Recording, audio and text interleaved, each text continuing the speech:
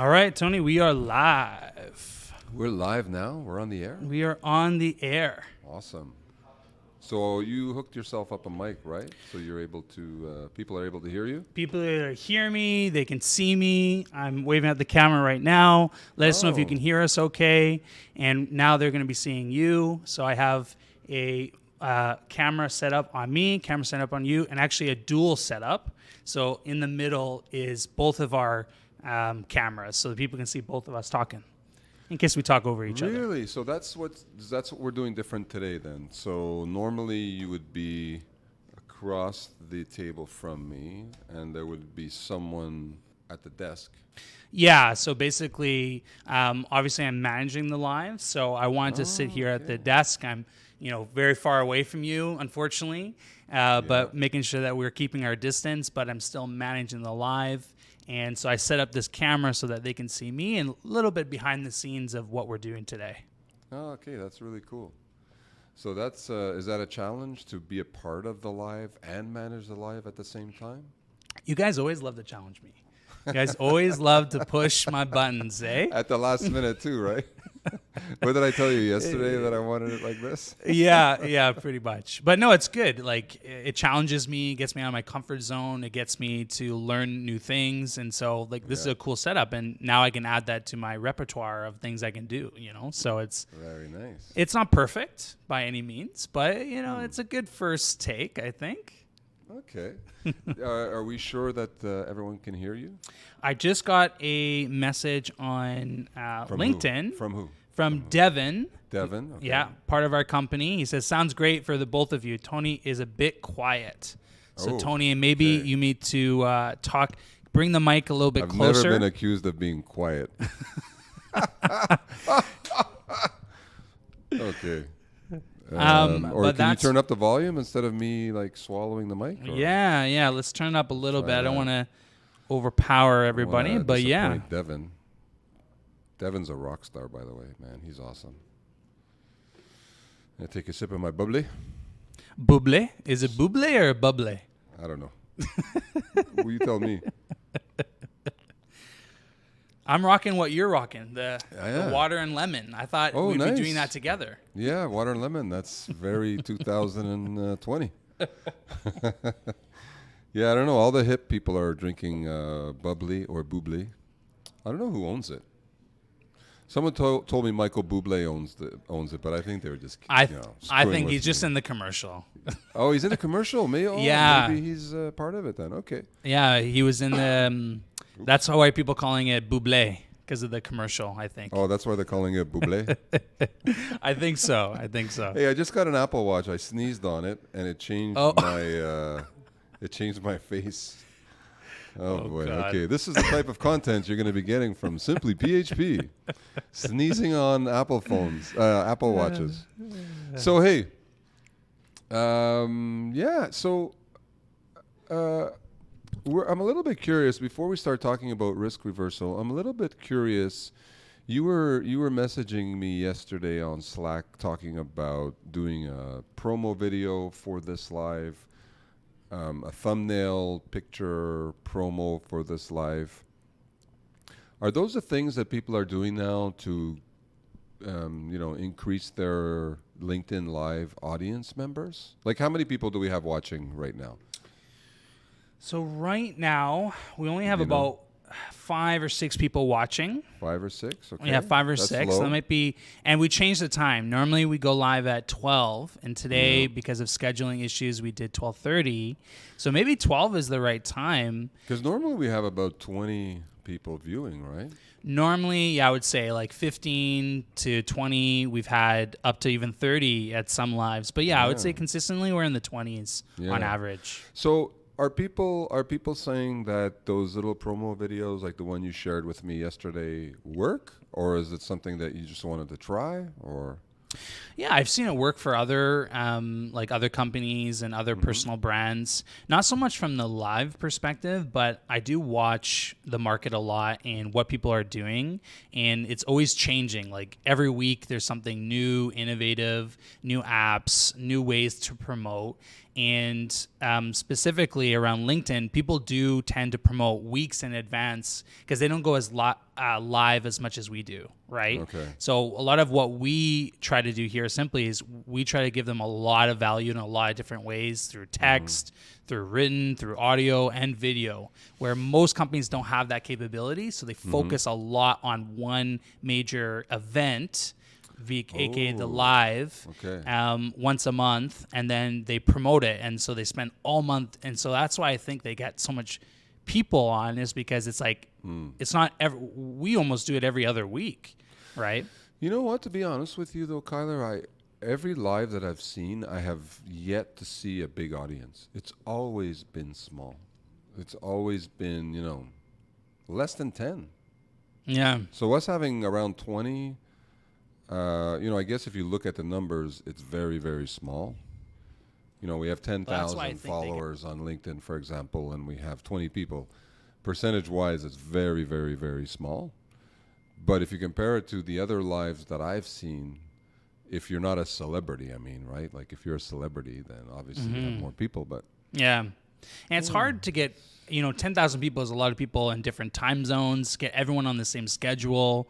But even if you had 1% of 10,000 people, that would be a smashing success, right? And you don't even get that. Yeah, and we're always trying to try different things, different ways to make this better, more valuable. What we do here is we go live, but we record it so that we're able to repurpose it for future videos that we do get a lot more views. So when I look at the success of our content, I look at not just the live count, but the count of how many people seen it over the month that I've been promoting it. So after this, next week, I'll have a bunch of content around risk reversal and around content creation, because we're talking about it. And those is what people will see if they weren't be able to attend. Yeah, for us, it's a great point. We take our 1 hour live broadcast footage and you chop it up and you make little micro videos out of it, which is awesome. It's great. It would be nice if we can get a bigger live audience. But, and I remember I tried creating an event on LinkedIn. And I think I invited, I think it was I was trying to target C-level executives. So and I did it on my personal account like we're doing now. And I have 3,000 connections plus. And I created an event. I got a beautiful graphic, got Rico to do us a beautiful graphic. He's awesome. I invited hundreds and hundreds and hundreds of my connections. I think I invited maybe 600 or 700 people. Wow. And I got I think 60 or 70 people saying yes, they're going to be there. So I was excited. I was nervous. I was like, wow, this is going to be great. But then I had less than 20 people. And a lot of them were employees, friends. So I don't think, I don't know. Yeah. Mind you, I tried it once. Maybe it's like you said, maybe we should once in a while do a big main event. Yeah. With, maybe 2 or 3 of us. And, Steve, HR, Raf, you, V, and we can have a bigger event. Maybe that'll draw some people. Yeah, I think too is because we were talking about this really on Monday. So the amount of time that we had we're very hey, we have an idea, we want to go execute and do it. We're very good at executing, which is nice. That some people just stay in the clouds and don't do anything. We actually really, really perform well. But maybe you're right. Maybe we need once a month have a big event where we plan. We really get down the title, the topic. We do some research. We get people to chime in, and we invite, because we have the capability here in the studio to invite people on a Zoom call. So it could be you and Raf and Steve on the Zoom, or you and Steve and a developer on the call, right? And we've done that previously. And so we can definitely make this a real cool show. Yeah, that would be a good idea, I think. I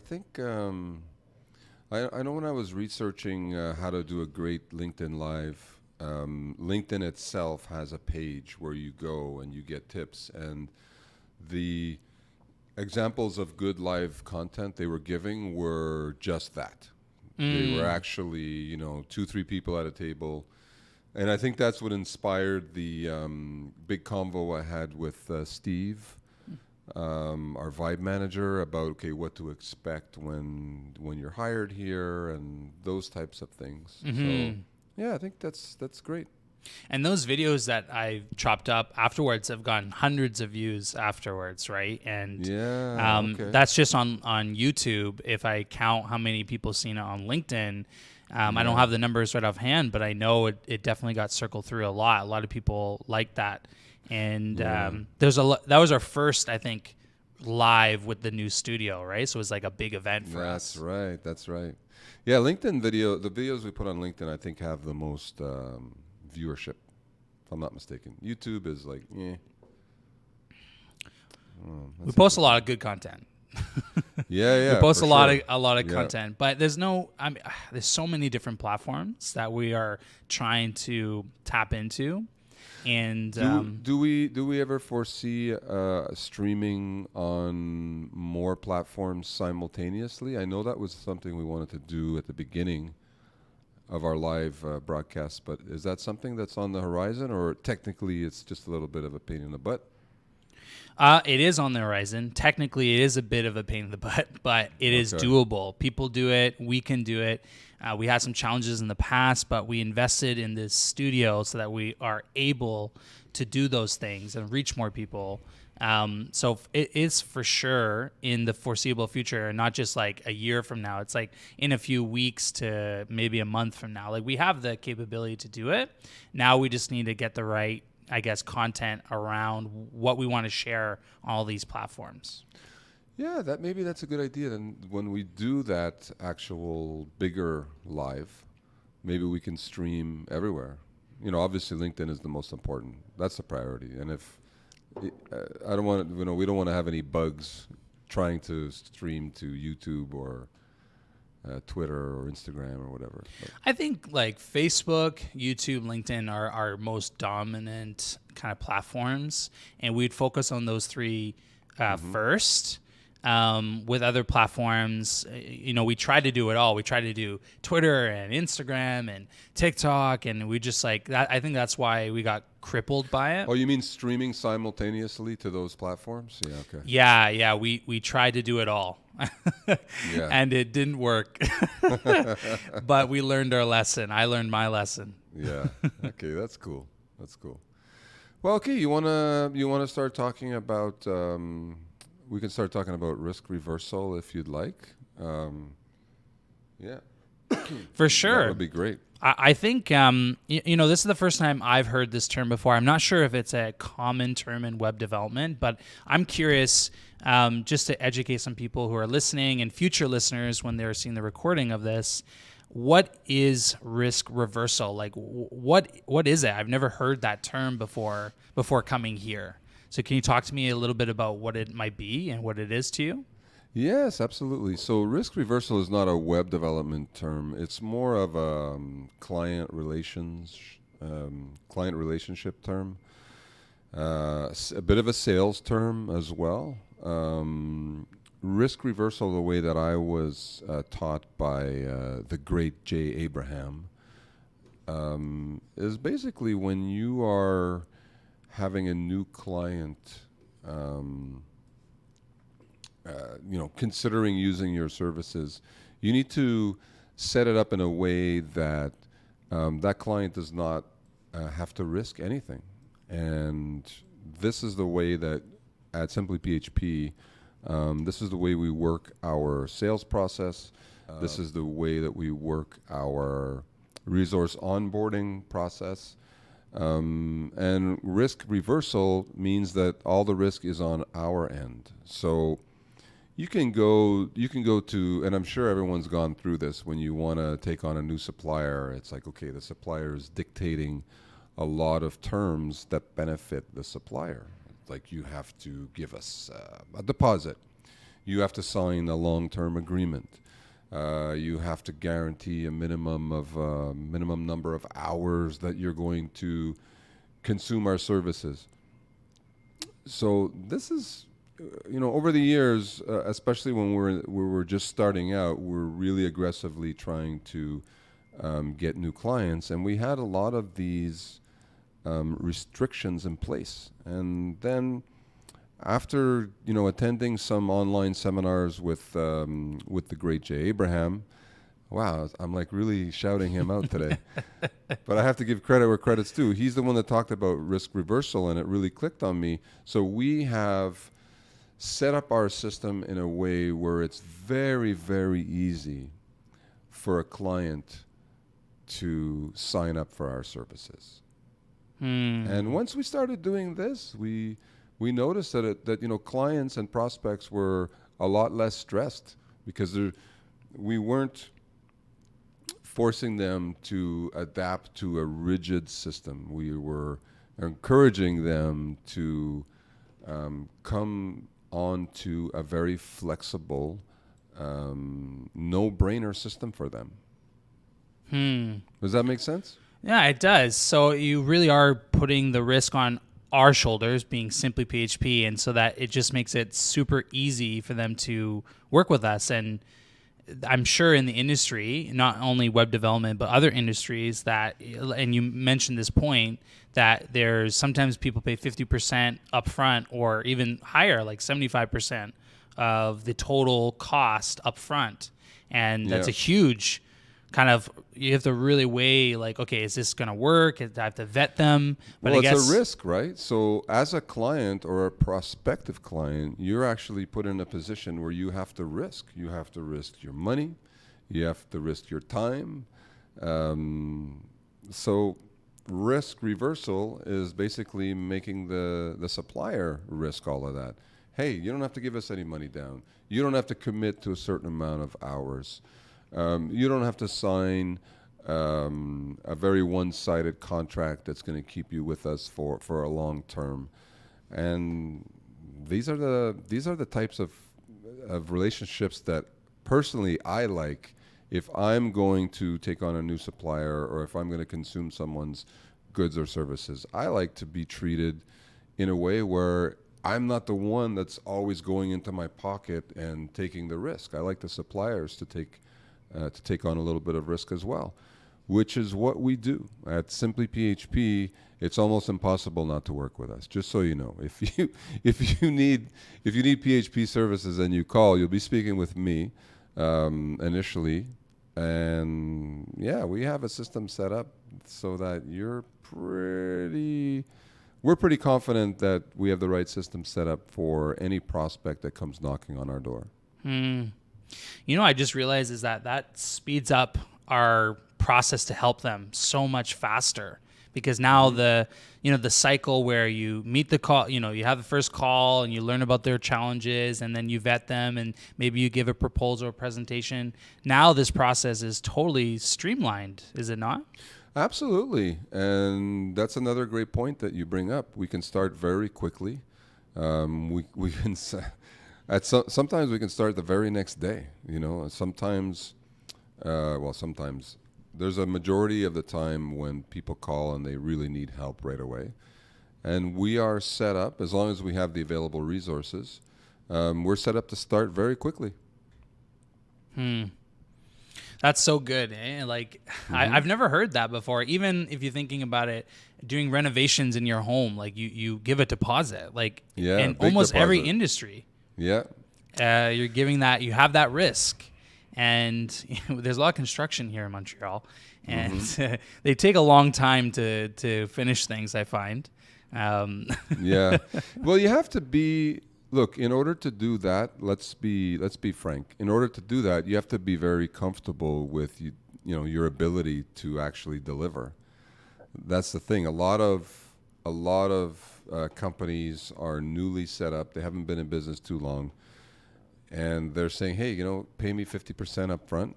And in reality, they're trying to get that money. Either they need the money right away, or they're not 100% sure that they're going to actually deliver. So they're saying, hey, you know what? Let me just get a little bit of cash, at least 25 or 50% of what I'm estimating this task to take. And then if it doesn't go well, at least they have the money, right? So that's a good way to get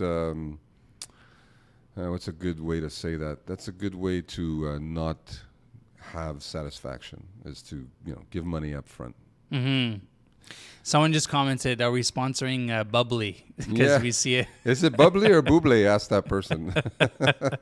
I think it must be Buble. But I think it's Bubbly. I think Buble is the singer that in the commercial. But doesn't he own this drink? He might. I really don't know. Someone told me that, but I don't know if they were just pulling my leg. I heard it's healthy though. Yeah, I mean it tastes amazing, and it's water, right? So. Well, the thing is, the fact that it tastes amazing makes me skeptical. But there's no sugar in it, so I guess that's okay.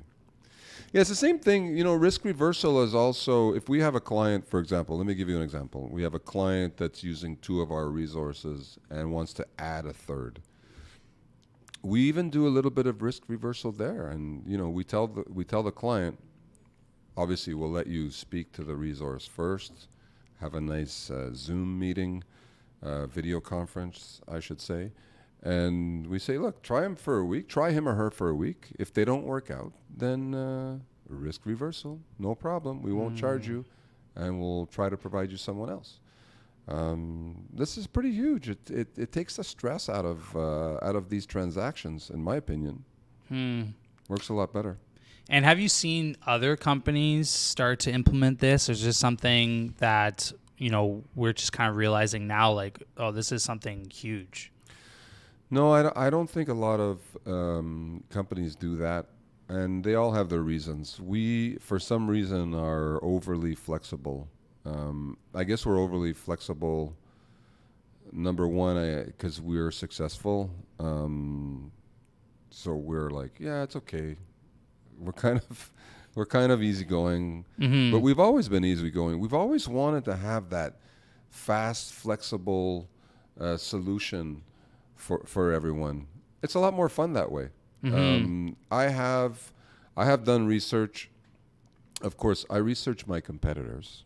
Yeah, I do. I do. And most of the time it's a nightmare. I don't know. It's really bad. But the competitors that I have reached out to and spoke with, and again, they don't know who I am. I'm masquerading as a potential client.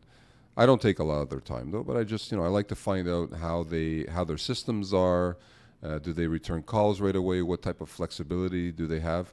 And pretty much 95% of the time, it's a very rigid system. Okay, you have to hire this many people for this amount of time. You have to commit to this, commit to that.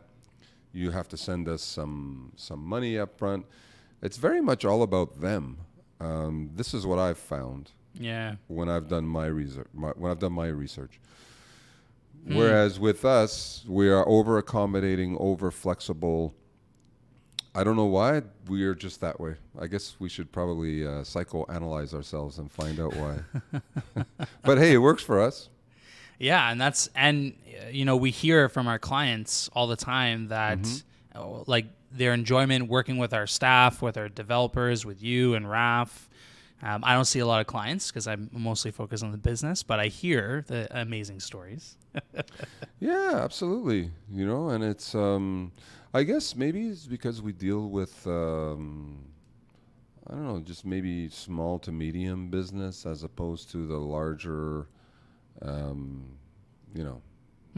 billion-dollar corporations that enjoy that type of structure. But for us, risk reversal works great. So let's expand a little bit more on that. So now you've had that first call with that prospect. Let's say you move forward like the next week or the next day. How does this process work? So now as a customer or as a potential customer, I know that there's no risk on my end. At the end of the month, can I leave and not pay? Like, how does it work? Can we talk about a little bit of the process? Yeah, I would say that the 1 week is a sweet spot for both parties, or actually for all 3 parties. 1 week is good for the resource as well, for the person to say, hey, you know what? Yeah, I like working for this company. I like working on this project. Same thing for the client. You'll know after a couple days if this is the right person for you. Actually, we'll often know. We'll often know the first day. You know, if the developer can't get their environment set up properly in the first, listen. Sometimes it's hours, sometimes it's days, but it's very telling the type of questions that a developer will ask when setting up the environment, and how that process goes. Tells a lot. So normally a week is a good measure. And to be honest with you, it's happened rarely that it didn't work out because our developers are good. We have intermediate to senior developers only, and they're good. Mm-hmm. So it's very, very rare that a client will say, "Hey, you know what, Tony, this is not the right person for me." Mm. But even then, like, we normally rotate people anyways, right? If something were to come up like that. So there's almost no con for this prospect, for this client, right? Yeah, well, if a client really likes their resource and works really well with them, we try not to rotate that person off of the project. Of course, we try to keep the people on projects that they like and projects that they are delivering value to for as long as possible. The little asterisk to that would be we like to rotate. If there's only one person on the project, we like to rotate another person in once in a while just to make sure that if something happens, like we know the bus factor, we did a whole segment on that as well. Mm-hmm. If that happens, then the client is covered.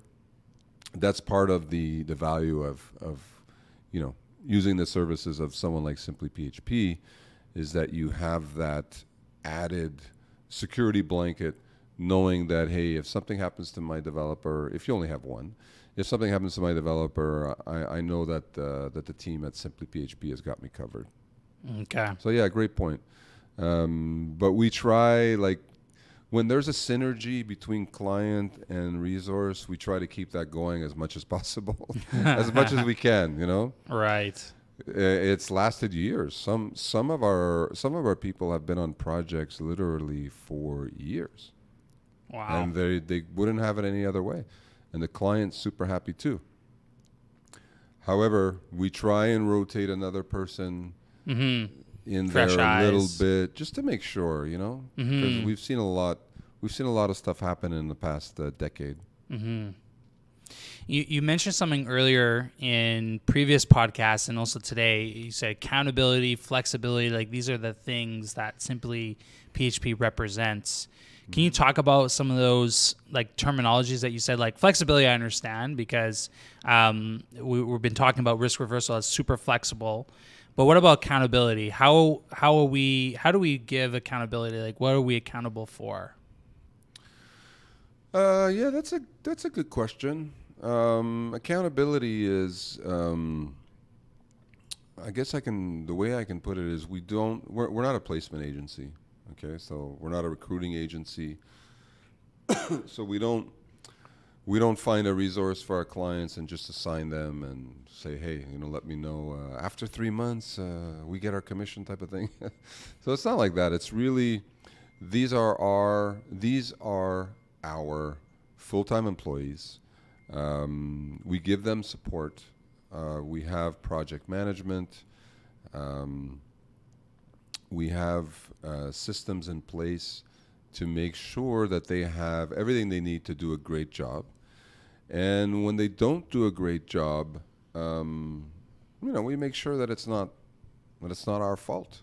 So if a client calls, and I use this example often, it happened a few years ago. A client called and said, "Hey, you know what? Your developer deleted our database."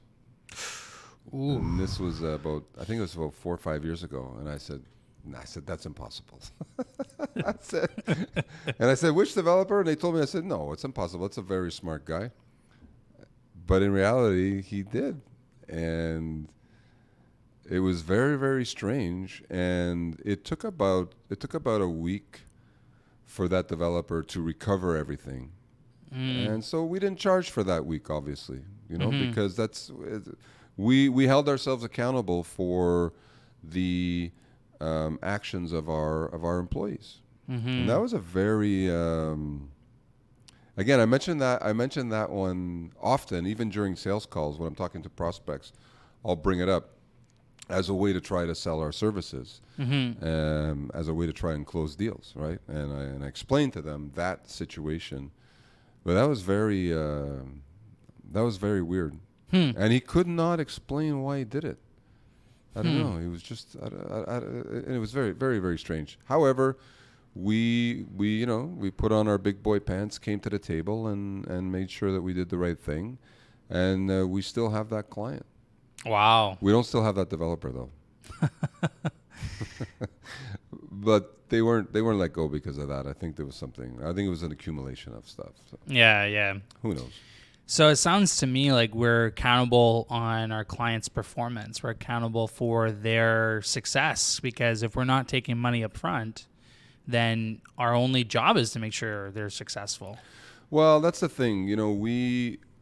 We invoice either weekly or monthly, like any regular service that you get. The web is kind of weird. They normally invoice ahead of time and deposits and all that stuff. So we're just like a regular company that provides services. And the way that we work is whatever we do from Monday to Friday, we send out time log reports from Jira the following Monday. And so we allow our clients to take a look at the report and see what, just to confirm what was done. Often they already know, because a lot of our clients are involved with their projects. And then we either invoice weekly or we invoice monthly. Often larger clients like to be invoiced monthly and pay 30, 60 days. All good. So yes, to your point, we have to deliver, or we might not get paid. Bye-bye client. Well, bye-bye client, and we don't get paid. We learned that, that's business 101, right? If you don't satisfy your clients, you're not going to last in this business. If you don't deliver, you are not going to last. And you and Raf have been doing this for, Simply PHP, I might mention, for 11 years. 11 years, yeah. Wow. Well, we're in our 11th year now. It'll be our 11th anniversary July 1st. Summer anniversary, or I June love 30th. One of the two. I think it's June 30th. And is there anything you can think of, and I'm putting you on the spot, so I'm just putting this out there. Okay. But what advice could we give? I know the topic of today is risk reversal, and I think we've demonstrated the value that this can have, with not only with Simply PHP, but for our clients. But maybe we can talk more about, the business as a whole and how we got to this point, because we didn't just start out of the gate successful. It took years, and it took time, and it took trial and experience. So I don't know if you have maybe some tips you can share with some people, because we are talking to business people, talking about risk reversal, and to developers perhaps. But any tips you might want to share with the audience today? Yeah, I guess. Well, learn from your mistakes. So every process we have in place at this company is because of a mistake that was made in the past. So we made a lot of mistakes, whether they were our fault or not. Business mistakes. I'm talking about business mistakes. And any bad event that happened, we'd say, okay, this really sucks. But let's do this in order to avoid that in the future. And our company systems and processes are filled with just bad things that happened. When you're in business, especially in the early years when you're not 100% sure about what you're doing, and you're just finding your way and you're discovering, problems, challenges, just make sure that you put in processes to avoid that from happening again in the future. Because don't forget, I might have learned something in 2012, but I hired a manager in 2018 that does not have that knowledge and never learned that lesson. And I could see them doing it right in front of me, and I'm like, whoa, hang on a second, don't do that, because I remember we did that about 6 years ago, and it was horrible, and this happened and that happened. So whenever bad things happen, obviously you need to fix them, but you need to put in the processes so that they won't happen again, whether you're there or not. That's big. It's huge. Yeah. I know this is going to sound corny and cliche, but putting the client first is the key to success. If you don't put the client first, well, you're not going to get paid, right? So if you don't deliver, and I say put the client first, I mean, yes, we think of our employees. It's kind of a balance. We put our employees first. We make sure that they're in a great work environment. We make sure that they're happy. But the other balance, the other side is we always make sure that our clients are happy, make sure that we're delivering. Because without clients, you don't have revenue.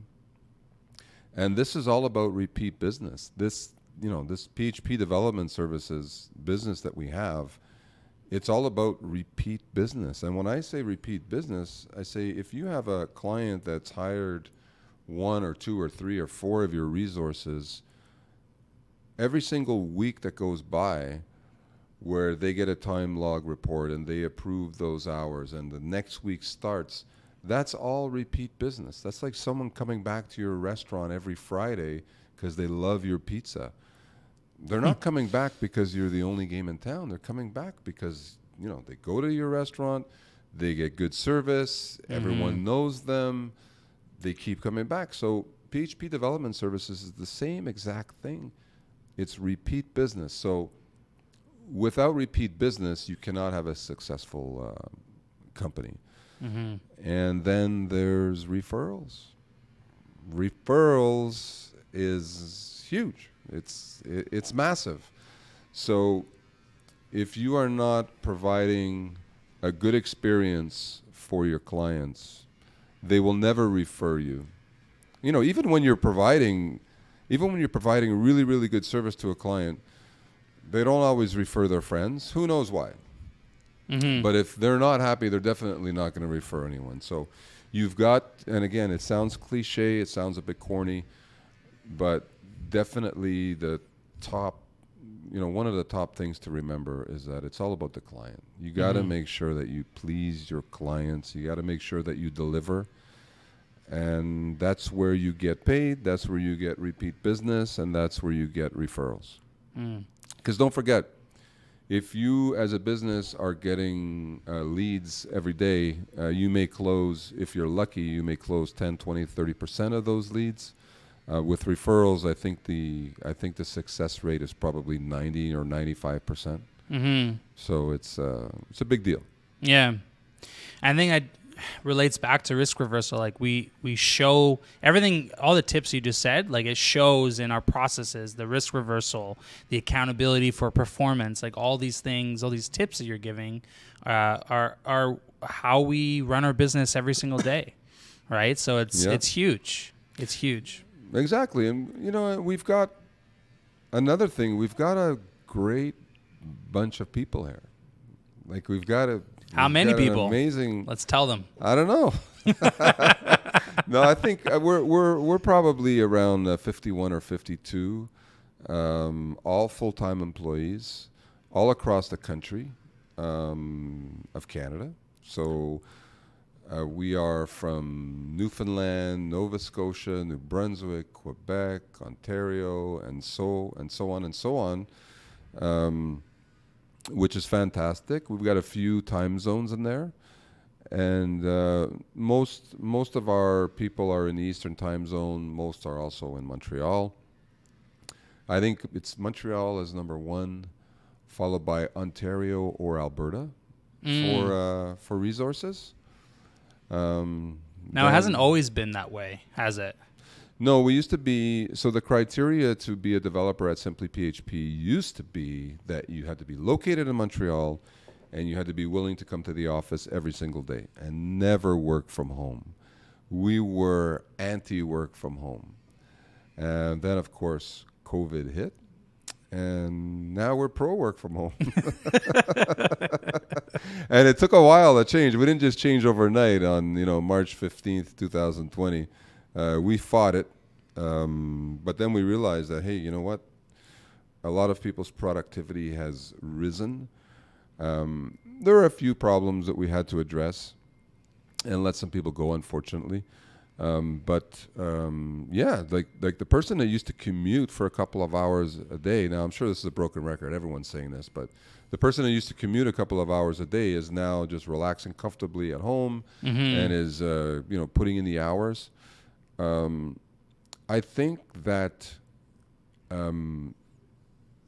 software developers are the type of beings that working from home is good for them because they're so mathematically focused and they're scientists and they have that. Even when they were here, like even when all the programmers were here, I used to like look at them sometimes and say, how is that person still sitting there, just tapping away and tapping away and tapping away? It's because they really get focused and into their job, their tasks, their flow, and their flow, and it's just So I understand how a developer can thrive at home.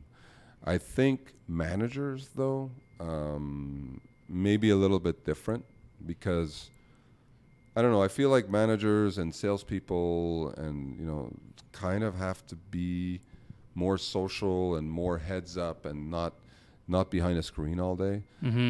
So I think that might be a little bit challenging for the work at home person. But software developer, I can totally get it. It makes sense because when they were here, they were just so quiet and sitting. Most of them, most people, just like so focused in their scripts or whatever it is they do. No, we're not going to get into that. I still haven't figured out what they do. If this equals this, then that equals. What are you talking about? I love it though. That's awesome. All right. So, hey, what about that? Can I ask you, as we wrap up? Can I ask you, buddy? Any comments first? Is there anyone out there? Only the 2 comments that I shared, which was the you guys sound great, and are we sponsoring Bubbly? Okay. Or Buble? Buble. Tell us in the comments which one it is. Is it Buble or Bubbly? Yeah. Buble is Boobly.